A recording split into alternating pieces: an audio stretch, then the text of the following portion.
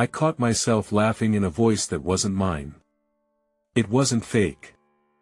But it wasn't quite me either. Or, maybe it was the part of me only that person ever gets to hear. I caught myself laughing in a voice that wasn't mine. It was a small moment.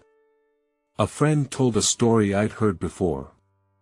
I laughed at the part one always laugh at. But the laugh that came out was softer, lighter, half a beat slower than the laugh I use when I'm by myself, or when I'm with someone else. It wasn't fake. I wasn't performing. I wasn't trying to be anyone. The laugh just came out that way, the way water finds the shape of the cup you pour it into. I noticed it. That was the whole thing. I noticed it, and something in me went quiet for a second, and asked a question I hadn't planned to ask. Why do I become a different person around them? It wasn't a question with judgment in it, exactly. It wasn't, why am I fake, or, why can't I be myself? It was something smaller and stranger than that. It was a noticing. The kind you get when you walk past a window and catch your reflection at an angle you've never seen, and for a second you can't quite tell whether the person in the glass is exactly you, or someone adjacent to you, or some version of you that only exists in this particular light. The laugh was real. The friend was real. The room was real. And yet the person making the laugh felt, not less than me. But not quite the only me either. I didn't have a word for it. I sat with the not having. And then, quietly, the way these questions arrive when you're not looking for them, the question came back. Why do I become a different person around them? Why do I become a different person around them? That was the question that arrived, quietly, in the part of the afternoon that didn't have anything to do with the friend, or the story, or the laugh I just made. The friend had gone. The room was empty. The cup on the table had cooled. The question wasn't accusatory. It didn't come with a verdict attached. It came with a small, almost embarrassed curiosity, the kind you bring to a habit of your own you've never quite looked at directly. But underneath the curiosity, just beneath it, there was a second question I didn't want to ask out loud yet. Was that laugh real? Or was it something I do to make people stay? There is a kind of fable about houses I keep coming back to. A house, in the fable, has many rooms. The rooms are quiet. The rooms are all real. Each one was built at a different time, by the person who lives in the house, with materials they didn't always plan to use. The house has many doors. Front door. Side door. Garden gate. A small wooden door at the back that the postman uses. A heavier door for deliveries. A door near the kitchen that the house's oldest friend has had a key to for 20 years. Each visitor knocks at the door they know. When the postman knocks, the kitchen door opens. The postman sees the kitchen, and only the kitchen, and goes away thinking the house is a kitchen. When the oldest friend lets herself in, the library opens. She walks past the kitchen on the way, but the library is the room that opens for her. When a stranger rings the front bell, the front parlor opens. The stranger sees the parlor and leaves thinking the house is the parlor. The house is not lying to any of them. The house is not putting on a show. The house simply has many rooms, and each visitor opens the door they knock at. I have been too quick, sometimes, to call this fake. I call it fake when I notice my voice change in someone's presence. I call it fake when I find myself laughing softer with a quiet friend, or laughing bigger with a loud one. I call it fake when I realize I told the same story to two people in two different ways, leaving out the parts that wouldn't have fit in each room. The word I reach for is fake. Sometimes the word is two-faced. Sometimes the word is performative. The words are always condemning, and the condemnation is always pointed back at me. I'm not sure where I learned the word fake for this. I think I learned it young, from a teacher, from a book, from a parent who valued one consistent face above all else. Whoever taught me, taught me a word that would make a small natural thing feel like a moral failing. What I do not say, in those moments, is this. The part of me that laughs softer with the quiet friend is also me. The part of me that laughs bigger with the loud one is also me. The story I told one way to one person and another way to another, both versions were true. They were true in different rooms. The word fake was wrong. I had been using it on a house that simply had many rooms. A quieter voice came back. Not from outside. From the part of me that doesn't usually speak up first. It said, "You are not pretending." It said it without raising itself. The voice didn't argue.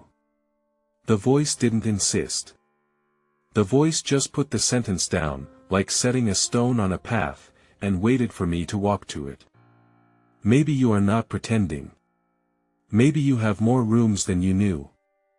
Maybe each person opens a different door. Maybe that is not betrayal. That is the house being honest. It said the word honest in a way I hadn't heard before.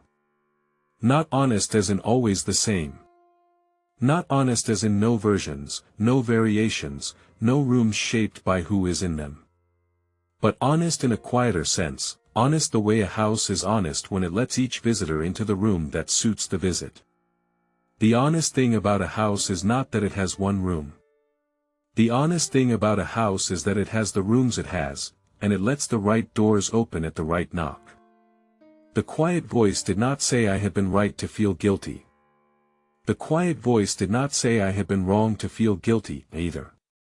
The quiet voice said the guilt had been pointed at the wrong thing.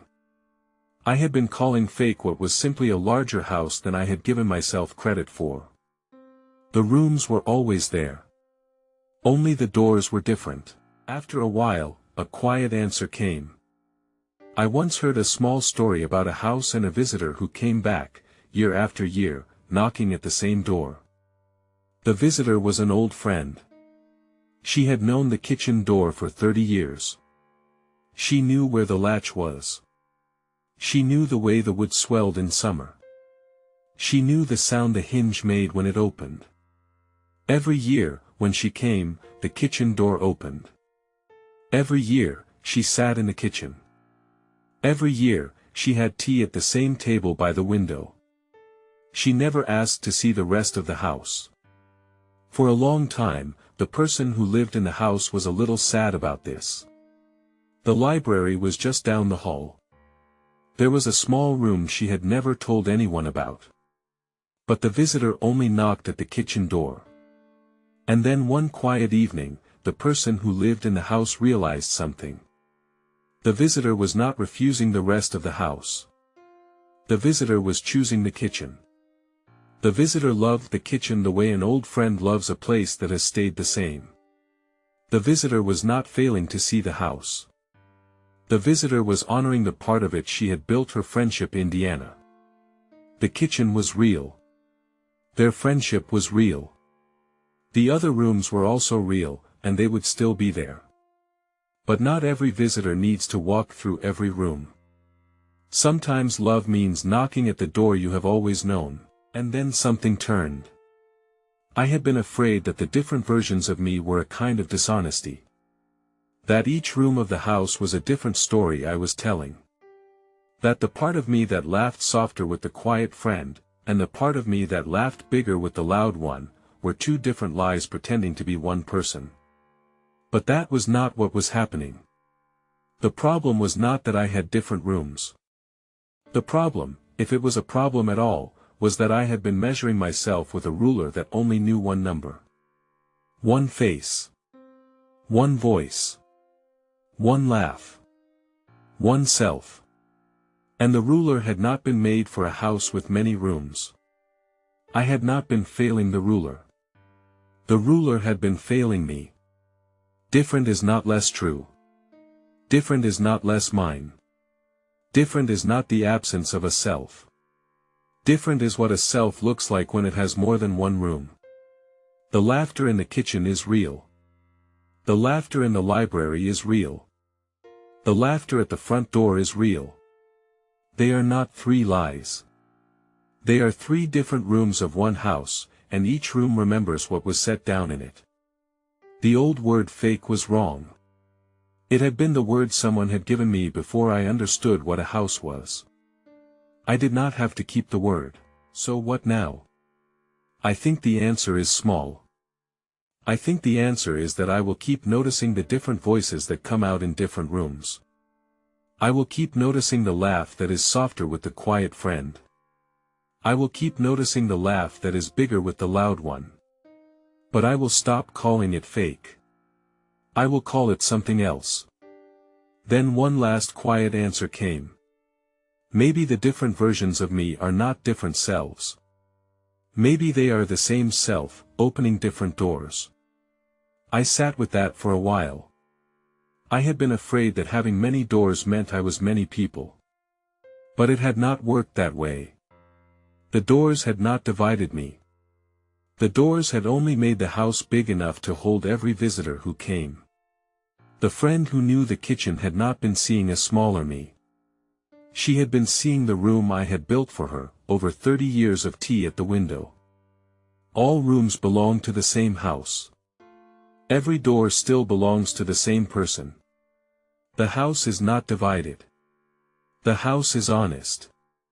And on quiet evenings, when the visitor has gone home, the house keeps the keys to all of its own doors. Cross-reference. Sometimes the question is not, why am I different around them? The question is what a house looks like when it has many rooms, and what it feels like to finally call all of them honest. A quiet answer. End of file.